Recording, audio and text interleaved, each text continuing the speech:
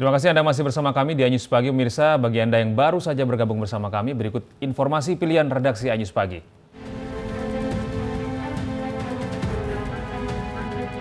Api melalap sebuah rumah makan di Kalideres, Jakarta Barat Minggu pagi. Api juga merembet dan membakar 4 rumah warga yang ada di sekitarnya. 12 mobil pemadam kebakaran dikerahkan untuk menjinakkan api. Api baru bisa dipadamkan dalam waktu setengah jam. Tak ada korban jiwa dalam peristiwa ini. Diduga kebakaran terjadi akibat korsleting arus listrik di salah satu rumah makan yang ditinggali pemiliknya berlibur.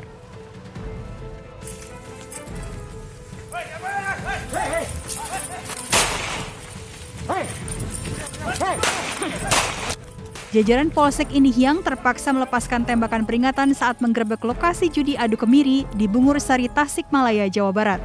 Meski demikian, para peserta judi ini tak menghiraukannya dan terus melarikan diri. Polisi pun mengamankan sejumlah penonton judi dan menyita sejumlah barang bukti, di antaranya alat judi dan 9 motor. Para penonton judi dan barang bukti dibawa ke Mapolsek Indihiyang. Penggerebekan dilakukan usai adanya laporan masyarakat yang resah dengan perjudian ini.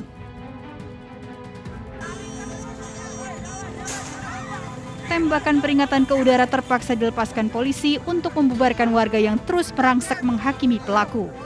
Pelaku tertangkap basah tengah beraksi menggasak dompet pemilik warung makan di kawasan Duren Sawit, Jakarta Timur.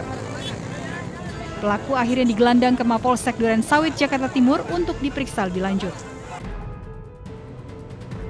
Tim SAR Banda Aceh terpaksa mengambil jalur laut untuk menyelamatkan seorang wisatawan yang tertimpa reruntuhan tebing di Pantai Lok, Ketapang, Aceh. Jalur laut dipilih lantaran kondisi jalur darat yang ekstrim. Korban bernama Ari Akmal, 22 tahun, mengalami luka di kepala dan dislokasi tulang kaki kanan. Korban kemudian dibawa ke Rumah Sakit Zainal Abidin Banda Aceh untuk penanganan lebih lanjut. Polisi telah menetapkan artis Gisela Anastasia atau Gisel dan Michael Yukinobu de Freitas sebagai tersangka dalam kasus dugaan video porno. Gisel akan diperiksa sebagai tersangka pada hari ini, Senin 4 Januari 2021. Gisel dan teman prianya ditetapkan tersangka setelah Polda Metro Jaya melakukan gelar perkara dan menaikkan ke status penyidikan. Meskipun Komnas Perempuan menyebut Gisel adalah korban, namun polisi menilai Gisel melakukan kelalaian sehingga video seksnya tersebar ke publik.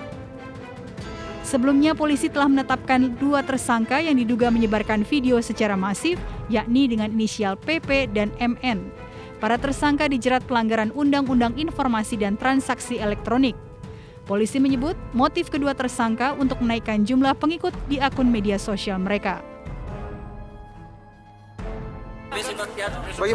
Bagaimana keputusannya sekarang, Bu? Karena begitu nih, karena apa namanya? Istri almarhum pasien COVID-19 kebingungan setelah suaminya meninggal dunia usai divonis COVID-19. Tak satu pun petugas gugus COVID-19 yang mengurusi jenazah suaminya itu, sehingga ia terlantar dan terkatung-katung di Rumah Sakit Mujahiza, Palopo, Sulawesi Selatan. Jenazah hanya dibaringkan di rumah sakit tanpa diisolasi. Kondisi jenazah juga belum dimandikan dan dikafani.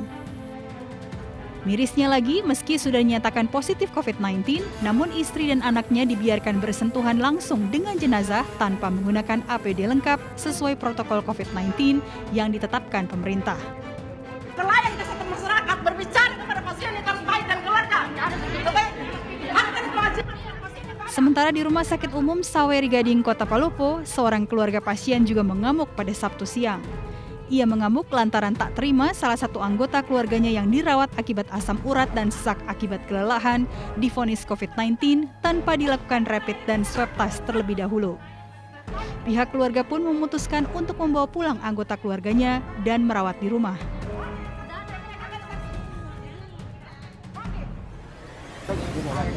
Iya, Pak.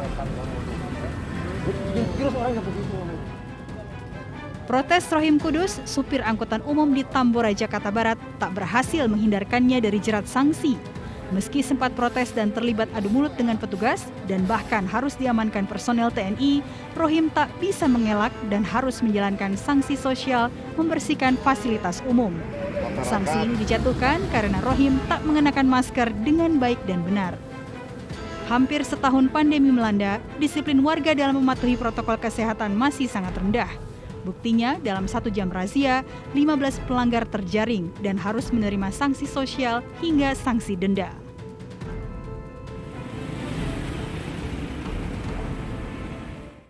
Ya pemirsa, saat lagi Fazila pasti akan kembali dengan informasi dari mancanegara. Zila, informasi apa yang menjadi sorotan kita pada hari ini? Ya Gede, pemirsa, usai jeda kami akan hadirkan informasi mengenai 10 warga desa As Norwegia yang hilang usai bencana longsor Rabu lalu. Jangan kemana-mana, tetaplah bersama kami.